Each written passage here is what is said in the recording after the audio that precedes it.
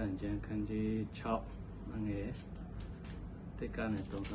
35ငါသားတင်ဒီအဆွေခင်ပွန်းအတွက်အာမခံမိတော်၎င်းသူတစ်ပါးနှင့်လက်ဝါးချင်းရိုက်မိတော်၎င်းကိုနှုတ်ထွက်စကားဖြင့်ကြော့မိပြီးကိုပြောသောစကားကြောင့်အမှုရောက်လေပြီငါသားတင်ဒီအဆွေခင်ပွန်းလက်တော့ရောက်မိလေကိုနှုတ်အံ့သောငါဘယ်သို့ပြုရမည်နည်းဟုမူကားအဆွေခင်ပွန်းထံသို့သွား၍ကိုနှိမ့်ချလျက်သူ့ကိုနှိုးဆော်လော့အိတ်မပြောနှင့်မျက်စိမဲ့၍မငိုက်နှင့်မို့ဆိုးလက်မှတမင်တရေကို၎င်းငှက်ကို၎င်းနှုတ်ရတဲ့ကဲ့သို့ကိုနှုတ်လော့အချင်းလူပြင်းပယောစိတ်ထံသို့သွား၍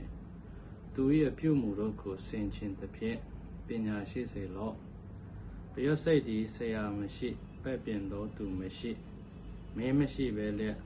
ຫນွေကာလနှင့်စပါးရရာကာလ၌မိမိစားเสียအစာကို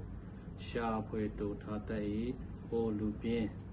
တင်သည်အဘယ်မြကာလပတ်လုံးအိတ်လျက်နေလိမ့်မည်နီဘယ်တော့ခါနိုးလိမ့်မည်နီခဏအိတ်လျက်ခဏပျော်လျက်အိပ်ပျော်အံ့သောငါခဏလက်ချင်းပိုက်လျက်နေစဉ်တွင်ဆင်းရဲခြင်းသည်ခရီးသွားသောသူကဲ့သို့၎င်းဥစ္စာပြုံးတိခြင်းသည်သူရဲကဲ့သို့၎င်းရောက်လာလိမ့်မည်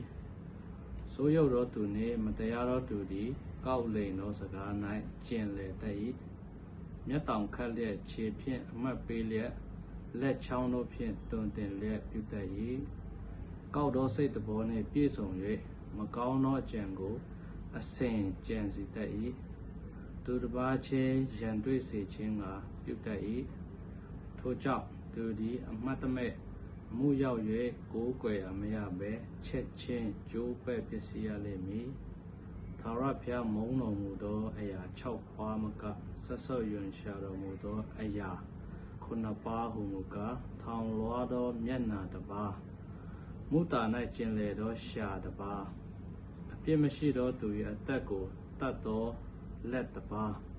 မကောင်းသောအကြံကိုကြံစီသောနှလုံးတစ်ပါးအပြုတ်ပြုရာသို့အလင်းအမြန်ပြေးတတ်သောခြေတစ်ပါးမုတာစကားကိုပြော၍မမှန်သောတတ်သိတစ်ပါးအပေါင်းပေါ်ခြင်းရန်တွေ့စေခြင်းကပြုတ်တတ်သောသူတစ်ပါးသည်ငါသားအဘ၏ပညတ်စကားကိုနားထောင်လော့အမိပေးသောတရားကိုမပယ်နှင့်နှလုံးပေါ်မှာအမြဲချီ၍လယ်ဘဲ၌ဆွဲထားလော့တင်ဒီအခြားသို့သွားသောအခါထိုပညတ်တရားသည်လမ်းပြလိမ့်မည်အိတ်သောအခါတင့်ကိုစောင့်လိမ့်မည်နိုးသောအခါတင်နှင့်နှုတ်ဆက်လိမ့်မည်အကြောင်းမူကားပညတ်တော်သည်မိခွက်ဖြစ်၏တရားတော်သည်အလင်းဖြစ်၏အပြစ်ကိုပြတတ်သောဩဝါဒစကားသည်အသက်လမ်းဖြစ်၏ဆိုသောမိမနှင့်၎င်းအမျိုးပြတ်ချော့မော့တတ်သောနှုတ်နှင့်၎င်းလွတ်စေခြင်းကတင့်ကိုစောင့်ဖို့ရာဖြစ်သည်ထို့သောမိမသည်အစင်းလာတော်လဲတတ်မှတ်သောစိတ်မရှိနှင့်သူတွေမျက်ခမ်းတို့ဖြင့်တင့်ကိုမကြောမိစေနှင့်အကြောင်းမူကားပိတ္တစာမကိုမိဝဲသောယောက်ျားသည်ဆင်းရဲ၍မုန့်တစ်လုံးကိုသာရတတ်၏မြောက်မထားသောမိမသည်လည်းမြတ်သောအသက်ကိုဖန်တတ်၏လူသည်အဝတ်မလောင်ပဲမီးကိုပိုက်ဖက်နိုင်သလောခြေမလောင်ပဲမီးခဲပေါ်မှာနဲနိုင်သလောသူမယားထံသို့ဝင်သောသူသည်ထိုနည်းသူဖြစ်၏သူမယားကိုပြစ်မှားသောသူမည်ဒီကားအပြစ်နှင့်မကင်းလွတ်နိုင်ရာမိုးတိတ်သောစိတ်ပြေစေခြင်းကခိုးသောသူပင်အပြစ်မလွတ်ရတွေ့မိလျင်ခုနစပြန်ပေးရမည်ကိုယ်၌ရှိသမျှသောဥစ္စာတို့ကိုလျော်ရမည်သူမယားကိုပြစ်မှားသောသူသည်ဉာဏ်မရှိထိုတို့ပြုသောသူသည်မိမိအသက်ကိုဖျက်ဆီးတတ်၏